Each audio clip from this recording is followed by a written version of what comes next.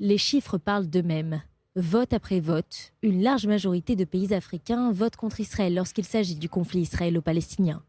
Parfois même des États qui, dans les faits, entretiennent avec Israël des relations étroites, discrètes mais constantes. Ce décalage n'est pas une contradiction, mais le produit d'une histoire, de rapports de force et d'intérêt. D'abord, l'histoire. Dans les années 1960, au moment des indépendances africaines, le continent s'inscrit dans la logique de la guerre froide et du mouvement des non-alignés.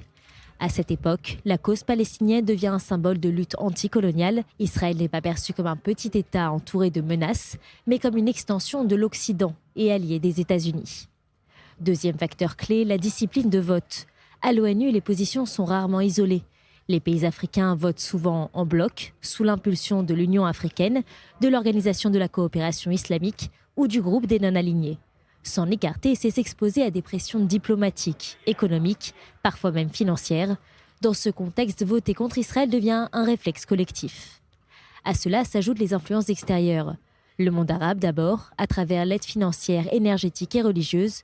L'Iran ensuite, très actif diplomatiquement en Afrique de l'Ouest et de l'Est, qui fait de l'hostilité à Israël un marqueur idéologique. Et la Turquie enfin, qui combine discours pro-palestiniens et investissements massifs sur le continent. Afficher un vote favorable à Israël reste donc coûteux, mais cette posture officielle contraste fortement avec la réalité du terrain. Car Israël est aujourd'hui un partenaire stratégique pour de nombreux pays africains.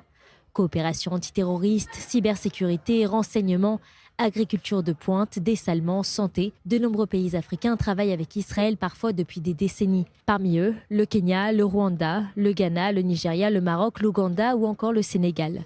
Certains de ces pays votent régulièrement contre Israël à l'ONU, tout en achetant ses drones, ses systèmes de surveillance ou ses technologies agricoles. Enfin, il faut aussi regarder du côté des opinions publiques africaines.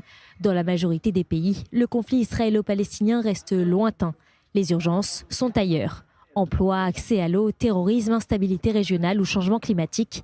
La Palestine demeure un symbole politique, rarement une priorité populaire.